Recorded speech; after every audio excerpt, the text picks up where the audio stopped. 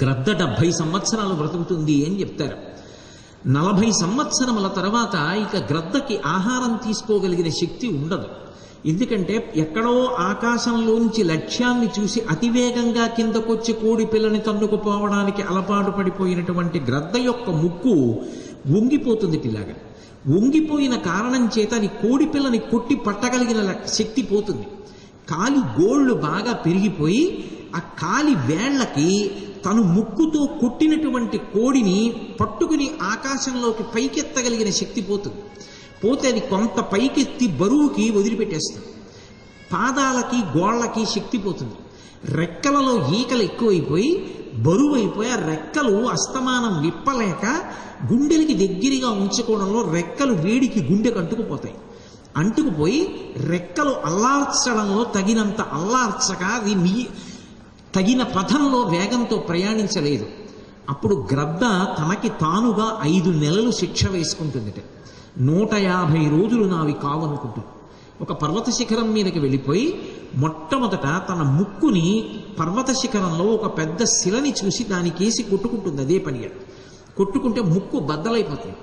బద్దలైపోయి దాన్ని కొడితే అరిగిపోయి ముక్కు మొదట్లోకి వెళ్ళిపోతుంది. ఆ తర్వాత కొద్ది ఆహారాన్ని దొరికిన దాన్ని తింటూ శరీరాన్ని నిలబెట్టుకుంటుంది. మళ్ళీ కొత్త ముక్కు బయలుదేరుతుంది, మళ్ళీ పుడుతుంది. గోరు పుట్టినట్టే మళ్ళీ ముక్కు బయలుదేరుతుంది. ముక్కు బయలుదేరి వచ్చిన తర్వాత చూసుకుంటుంది, ఆ కొత్త ముక్కు వచ్చింది, ఇప్పుడు నేను మళ్ళీ కోడిని కొట్టగలను చూస్తుంది. చూసి అది తర్వాత చేసే పని ఆ ముక్కు పెట్టి ఎంత బాధకైనా వచ్చి తన కాలి గోళ్ళని బద్దలు కొట్టేసి ముక్కు పట్టుకుని కాలి గోళ్ళు పీకేసుకుంటుంది. నెత్తురు ఓడిపోతుంది.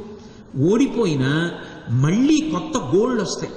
కొత్త గోళ్ళు వచ్చిన తర్వాత గోళ్ళకి అది పట్టుకోవాలన్న దాన్ని గట్టిగా పట్టుకునేటటువంటి శక్తి వస్తుంది. ఇప్పుడు కాలికి కొత్త గోళ్ళు వచ్చిన తర్వాత రెక్కలు విప్పి ఎత్తి పెట్టి కాలి గోళ్లతో ఈకలనన్నిటినీ కూడా రాల్చేసుకుంటుంది.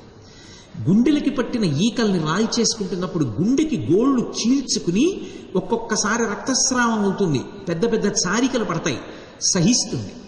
150 రోజులు కష్టపడినటువంటి గ్రద్ద కొత్త గోళ్ళు, కొత్త ముక్కు, కొత్త రెక్కలతో జీవనాన్ని ప్రారంభిస్తుంది. ఇంకొక 30 సంవత్సరములు నిరాఘాటంగా బ్రతుకుతుంది. 70 ఏళ్ల తర్వాత స్వాభావికంగా శరీరాన్ని విడిచిపెట్టేస్తుంది. అంటే ఒకసారి బడలిపోయినటువంటి గ్రద్ద కొత్త జీవితం వైపుకి వెళ్ళాలి అంటే, ఏదైనా కష్టం వచ్చింది అంటే, ఇక నేను ఆహారాన్ని పట్టుకోలేకపోతున్నానంటే బెంగ పెట్టుకు చచ్చిపోదు. ఒక గ్రద్ద అంత కష్టపడి కొత్త జీవితం వైపుకి మళ్ళీ మొలకలెత్తుతుంది. తనకి జీవితంలో కష్టం వచ్చినప్పుడు ఊంచుకునేటటువంటి లక్షణం రావాలి.